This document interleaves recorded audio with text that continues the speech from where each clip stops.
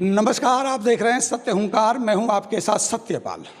आज मेरे साथ हैं रवि भड़ाना जी, वार्ड 26 से, जो पिछले 5 साल में यहां के पार्षद पति रहे हैं।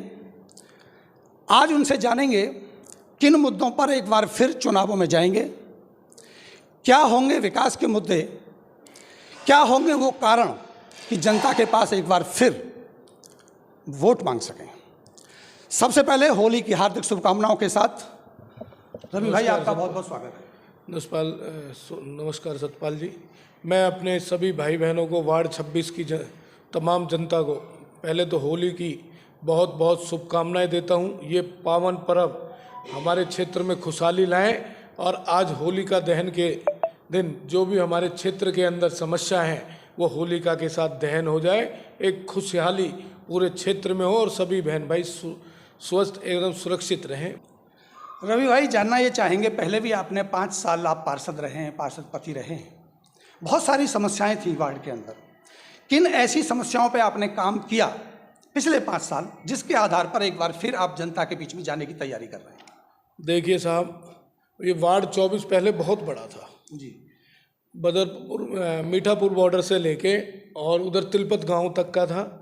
मेरे वार्ड के अंदर तमाम जितनी बड़ी कॉलोनियाँ थी वो अनऑथराइज थी और सिर्फ ऑथराइज जो एरिया था हमारे पास एक ओम इनक्लेव का था और एक छोटा सा हिस्सा सूर्य विहार का था। अब नया परीक्षण हुआ है, उसमें बहुत सारा एरिया जैसे कट गए हैं, जैसे ओम इनक्लेव हट गया है, हमें दीपावली मिल गई है, इधर हमारा सूर्य विहार हट गया, विनयनगर का बहुत बड़ा एक हिस्सा हट गया है। अब वार्ड छोटा हुआ है जिससे एक विकास और मजबूती से होगा। मैं आपको बताना चाहता हूँ, जब हमें क्षेत्र मिला तो क्षेत्र की स्थिति बहुत दर्दनाक थी। ना बिजली थी, ना पानी था, ना रोड था, ना सड़क थी। आप आज देखिए मेरे वार्ड के अंदर जो पुराना वार्ड है उसके अंदर एक भी बड़ा रोड खुदा नहीं है। हर रोड बने हुए हैं, चाहे वो विनयनगर वाला रोड हो, चाहे वो विनयनगर 30 फीटा रोड हो, चाहे वो चंदन सिंह जी वाला हो, चाहे तिवारी जी वाला हो या उमेश दुबे जी वाला हो। इतने जितने बड़े बड़े रोड में विनयनगर के जिलों, रोशन नगर का मेन रोड हो, वीर बाजार रोड हो, एक रोशन नगर से जो रेता चुंगी को मिलाने वाला रोड हो, एक 4 नंबर गली सी ब्लॉक रोशन नगर हो, बी ब्लॉक रोशन नगर 4 नंबर गली है, डी ब्लॉक की सारी गलियां हमने बनाई। उसके बाद उसमें क्या कहते हैं, जब हमारे पास विनयनगर था तो वो 11 नंबर गली, 9 नंबर गली, 6 नंबर गली, और उसके बाद नर्सरी वाली गली, कल्लू के खेत वाला मेन रोड, और इनको भी देखें तो दीक्षा मेन रोड से विनयनगर को जोड़ने के लिए जो रोड कभी नहीं बनता था वो रोड हमने बनवाया। माननीय मंत्री कृष्णपाल गुर्जर जी का आशीर्वाद हम पे बना रहा, भाई देवेंद्र चौधरी का पूर्ण सहयोग रहा इसमें। इतने बड़े बड़े हमने रोड बनाए। सबसे बड़ा काम हुआ अगवानपुर गांव का रोड। जीतने के बाद हमने उस रोड को कराया, जिसकी बहुत बुरी स्थिति थी। अगवानपुर से बसंतपुर या दिल्ली जाने के लिए रोड ही नहीं था हमारे क्षेत्र में। माननीय मंत्री कृष्णपाल गुर्जर जी ने सबसे पहले इस रोड के लिए ग्रांट दी और हमने उस रोड को बनाना चालू किया। दिल्ली जाने के लिए हमने एक रोड बनाया, शनि मंदिर रोड, वो भी आरसीसी का बनाया। अगवानपुर से शनि मंदिर जाने के लिए वो आरसीसी का बनाया। उसके बाद ओम इनक्लेव की सारी गलियों को पक्का कराया, लेकिन अमृत योजना के तहत वहाँ सीवर के काम चले, आज कुछ गड्ढे हैं, लेकिन हर गली को पक्का कर दिया गया। तो आज सीवर का 80% काम, पानी की पाइपलाइन का 80% काम जो पास है हो चुका है। उसके बाद मैं आपको बताना चाहता हूँ, ओम इनक्लेव की एक एक गली का एस्टीमेट हमने अपने कार्यकाल में बना के तैयार कर दिया था। फाइलें तैयार है, टेंडर भी हैं, जिसके ठेकेदार चौधरी चमन नागर जी हैं। तो ये माननीय मंत्री जी का आशीर्वाद रहा। एक सबसे बड़ा काम आपने देखा होगा 50 बेड का हॉस्पिटल, और आपने जब भी देखा होगा कि सदन की बात हो, अखबार की बात हो, और मंत्री जी से जो डिमांड होती रही, माननीय मंत्री जी मुख्यमंत्री जी से लेके आए, ओम इनक्लेव से लगती हुई जो जमीन 36 एकड़ सरकारी जमीन है उस पर बनाने की घोषणा हुई, लेकिन वहाँ दलदल था। अब उस दलदल को सुखाने के लिए हमने एक बहुत बड़ा प्रोजेक्ट करा के उसमें सीवर लाइन का डालने से उस पानी को बूस्टर तक लेके गए, और दिल्ली और दुर्गा बिल्डर को और ओम इनक्लेव को जोड़ने के लिए 30 फीटे के लिए एक नए रोड का निर्माण कराया। छठ घाट का निर्माण कराया। छठ घाट आपने देखा बन गया, थोड़ा सा काम पेंडिंग है, किसी कारणवश अभी ठेकेदार ने रोका हुआ है। ओम इंक्लेव के छठ घाट का भी बहुत जल्दी कार्य चलेगा। रोशन नगर में आप देखेंगे तो स्ट्रीट लाइट की व्यवस्था है, हर गली में स्ट्रीट लाइटें जलती हैं। और आप मेन रोड की स्थिति देखेंगे रात में, जैसे सेक्टरों के अंदर पाइपलाइन लगती है, पाइप लगे, बड़े बड़े पोल लगने के बाद लाइटें हैं। मैं कहता हूँ इस नहर पार अगर बाबा सूरदास जी के रोड को छोड़ने के बाद अगर स्ट्रीट लाइटों की व्यवस्था ऐसी है तो वो सिर्फ रोशन नगर और जगमाल के मेन रोड की व्यवस्था है। और आप देखेंगे ये रोशन नगर वाले रोड की बहुत बुरी स्थिति थी। उसके बाद शिव मंदिर रोड बनवाया, उसके बाद एक यह 33 फीटा रोड है, इसका निर्माण कराया, जो पुराना रेता चुंगी होता था। और उससे बड़ा काम माननीय मंत्री जी ने किया इस क्षेत्र के लिए, जो सबसे बड़ी सौगात दी, ये बांध रोड। ये बांध रोड कभी हम भी छोटे थे तो हम भी कहते थे कि कभी यहाँ रोड बनेगा, लेकिन इसका कार्य पूरा किया तो चौधरी कृष्णपाल गुर्जर जी ने, देवेंद्र चौधरी जी ने किया। और अपने उनके पार्षदों ने मेहनत करके जो डिमांड की, उस रोड का निर्माण माननीय मंत्री जी द्वारा हुआ। अमृता योजना की वजह से, जो योजना यहाँ सीवरेज की और पानी की चल रही है, उसकी वजह से जो आपने रोड बनवाए, काफ़ी हद तक उन रोडों को तोड़ दिया गया, टूट गए हैं वो। उससे स्थिति इस टाइम बहुत भयानक बनी हुई है। क्या लगता है आपको, चुनावों से पहले अमृता योजना पूरी हो पाएगी और आप इसमें एक बार फिर काम करा पाएंगे? देखिए, मैं आपको बताना चाहता हूँ और दर्शक भी सुने, सच्चाई है कि माननीय मंत्री जी ने इस नहर पार के लिए एक बहुत बड़ी योजना दी, एक बहुत बड़ी सौगात है, मीठे पानी की सुविधा और पानी निकासी की सुविधा।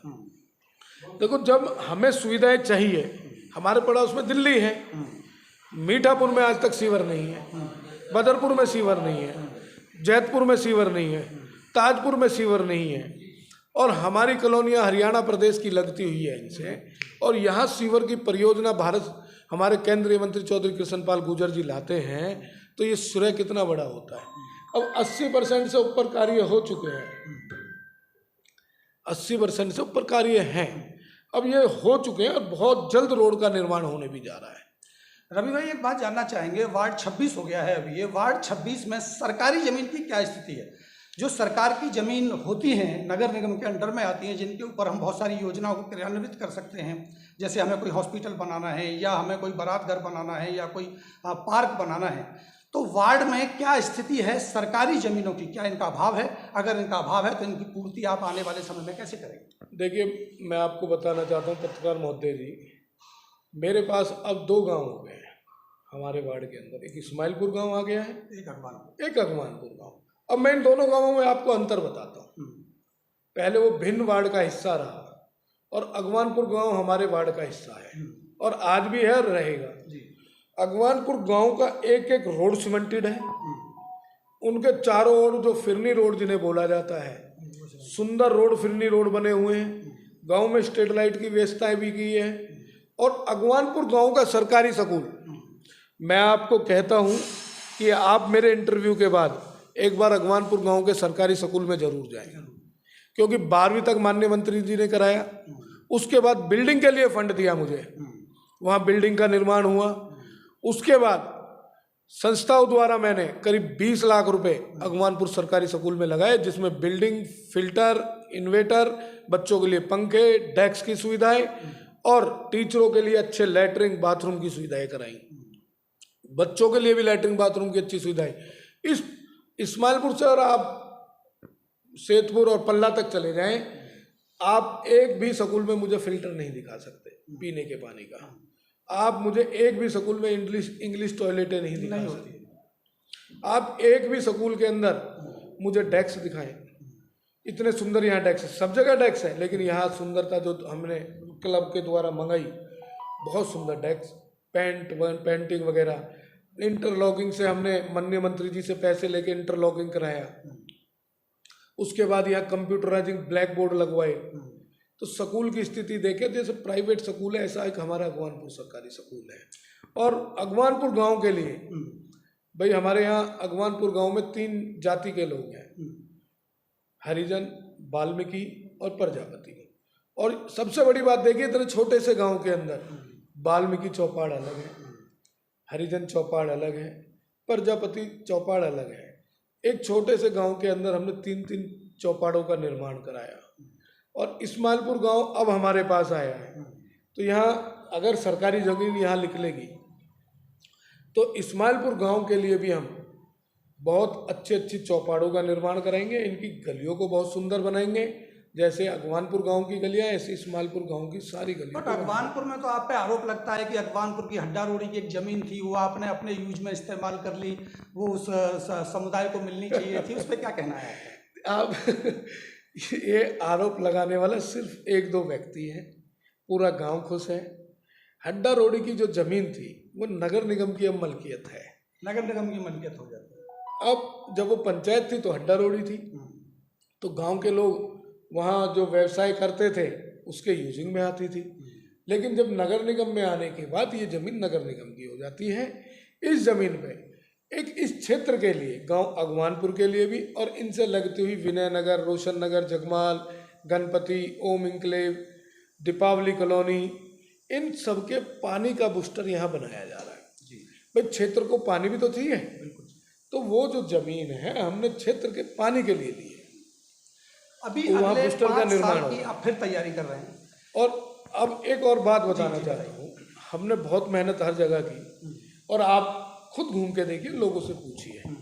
अब हमें एक दीपावली कॉलोनी मिली है और मैं कहता हूँ हम दीपावली को भी स्वर्ग बना देंगे और माननीय मंत्री जी हमें आशीर्वाद दें, हम वहाँ भी काम की कमी नहीं छोड़ेंगे। क्योंकि दीपावली की जो दर्दनाक हालत है मैंने खुद देखी और आप एक बार गए भी हैं, मैंने देखा, एक वीडियो बनाई है आप लोगों ने। तो हाँ, क्षेत्र देखिए, अब क्षेत्र जैसे बंटता है तो ये बटेंगे। अगले 5 साल के लिए फिर तैयारी कर रहे हैं। एक बार फिर कौन से ऐसे मुद्दे हैं आपकी नज़र में जिनके ऊपर आपका फोकस रहेगा, जिन्हें आप प्राथमिकता से आगे बढ़ाएंगे और मुद्दों का पूरा करेंगे? कौन सी ऐसी समस्याएं हैं? सबसे बड़ी जो समस्या अभी चल रही है सीवर लाइन की है, पानी की है। देखो, ऑथराइज कॉलोनियों में डल चुकी है, जो हमारे पास अनऑथराइज क्षेत्र है उनमें नहीं है। लेकिन अमृत योजना के तहत जो सेकंड फेज आ रहा है, तो माननीय मंत्री जी से हमने रिक्वेस्ट की है कि इन क्षेत्रों में भी प्रॉपर तरीके से सीवर लाइन डाली जाए, पानी की पाइपलाइन डाली जाए। कि हमारे माननीय मुख्यमंत्री जी मनोहर लाल जी का भी कहना है कि 70% जो गलियां, जो कॉलोनियां गलियों में बस चुकी हैं उनमें निर्माण होना चाहिए। उसके तहत इन कॉलोनियों में उज्जवल भविष्य के लिए हम यही कहेंगे कि ये योजनाएं हम लाने का पूरा प्रयास करेंगे। और देखिए, मैं आपको बताना चाहता हूँ, मैं ये बात बतानी भूल गया कि जब हमारा ये जो क्षेत्र है भैया, इस क्षेत्र में ना बिजली के तार थे, ना खंबे थे, ना कुछ था। आज हमने यहाँ 22 ट्रांसफार्मर लगाए। एल के तिवारी जी के यहाँ 5 ट्रांसफार्मर, पीडीएम सपूल पे ट्रांसफार्मर, गणपति कॉलोनी में 3 ट्रांसफार्मर, जगमाल में 1 ट्रांसफार्मर लगना जा रहा है। उसके बाद जगमाल इंक्लेव बी ब्लॉक में 1 transformer, Jagmal enclave E block में 1 transformer, Jagmal enclave F block में ट्रांसफार्मर। लेकिन उन ट्रांसफार्मरों को लाइट तो चाहिए, उसकी सप्लाई के लिए क्या कदम उठाए? भाई जी, आज तो लाइट जाती ही नहीं है, कदम उठाए गए, उन्हें खंबे दिए। आज मैंने अपने 5 साल के कार्यकाल में अपने वार्ड के अंदर अगर गिनती की जाए हजारों की संख्या में मैंने खंबे लगाए हैं। और आने वाले दिनों में भी बिजली का काम बहुत जल्द होगा। अभी मैंने एक बिजली का काम दीपावली भी कराया है और वहाँ 4 एस्टीमेट और हैं, उन्हें भी कराने जा रहा हूँ। क्योंकि हमारी सरकार चाहती है कि एक सा विकास हो, मत भेद नहीं होना चाहिए किसी के साथ भी, सबका हमें समूचा विकास करना है। हमारा नारा ही है कि सबका साथ, सबका विकास और सबका विश्वास। हम सबके विश्वास को जीत के ये कार्य कर रहे हैं। बट रवि भड़ाना जी का वार्ड 26 से विवादों से भी तो नाता रहा है। अभी एक विवाद हुआ था राशन को लेकर के, काफ़ी चर्चित था। पहले जानना चाहूँगा विवाद क्या था और क्या वो विवाद केवल दीपावली इंक्लेव में था या वो विवाद ये आवाज़ पूरे क्षेत्र के लिए उठाई गई थी। ये जो आवाज़ थी पूरे क्षेत्र के लिए बुलंद की गई थी।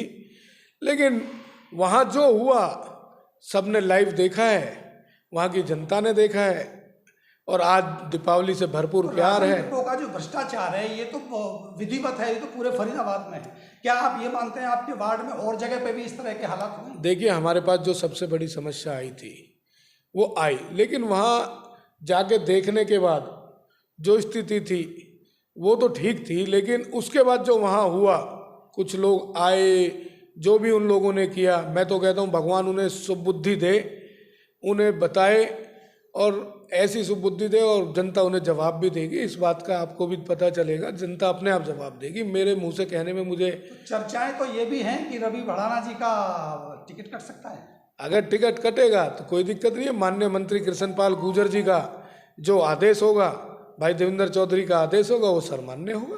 ये भारतीय जनता पार्टी है, कार्यकर्ताओं की पार्टी है, और जो संघ का इसमें पूरा भाव होगा, जो डिसाइड होगा वो हमें सर्वमान्य होगा। जो भी फैसला आएगा उसको आप सरमाथे करेंगे। सरमाथे होगा। मैं भारतीय जनता पार्टी का कर्मठ कार्यकर्ता हूँ, मेरा परिवार भाजपा परिवार है। मैं हमेशा माननीय मंत्री जी के आदेश की सर झुकाकर पालना करूँगा, और उम्मीद है वो सबके सामने क्लियर हो जाएंगी।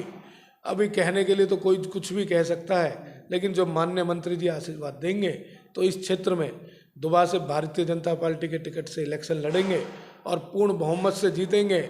आज जो कुछ भी कह रहे हैं, उन्हें सुबह 6 बजे उनका रिजल्ट पता चल जाएगा वोटिंग के टाइम पे कि उनकी स्थिति क्या है और रवि भड़ाना की स्थिति क्या है। तो ये थे रवि भड़ाना जी, बड़ी बेबाकी से अपनी राय रखते हैं और बताते हैं कि हमने विकासों की झड़ी लगाई है और उन्हीं विकासों के आधार पर एक बार फिर हम जनता के बीच में जाएंगे। जो रुके हुए काम हैं उसके ऊपर काम करेंगे, और ये ज्ञात हो, जानकारी हो कि वाकई रवि भड़ाना जी वार्ड 26 से, जो पहले 24 हुआ करता था, एक जुझारू नेता रहे हैं। काम कराने की बात हो, मुद्दे उठाने की बात हो, या सामाजिक स्तर पर समाज की सेवा की बात हो। जहाँ तक बात लाइट की कर रहे हैं, लाइट निश्चित रूप से नगर निगम में नहीं आती, लेकिन उसके बावजूद भी लाइट के ऊपर काम कराना एक समाज सेवा का एक बड़ा पैमाना है। यकीनन काम हुआ है, और आगे आपको हमारी शुभकामनाएं हैं कि आप देखिए, आपने भी मीडिया के माध्यम से देखा होगा, अखबार के माध्यम से देखेगा, इस क्षेत्र की बहुत बड़ी डिमांड थी बस की। हमने माननीय मंत्री जी के समक्ष रखी, भाई देवेंद्र चौधरी के सामने रखी, और आज बसें कितनी सुचारू रूप से चल रही होंगी। अगर पार्षद सोमलता भड़ाना ने इस क्षेत्र के लिए आवाज़ उठाई है, हमारे क्षेत्र के लिए आवाज़ उठाई है कि बस हमें चाहिए, आज माननीय मंत्री जी की देन है, या 5-5 बसें चलती हैं। तो ये आपने भी देखा होगा, अखबार की हेडलाइन भी थी, और हर चीज़ आपके सामने है। तो हम हमेशा अपने क्षेत्र की आवाज़ उठाएंगे, विकास करेंगे, और पूरे क्षेत्र को अपना परिवार मान के चलते हैं, और माननीय मंत्री जी के आदेश की पालना होगी।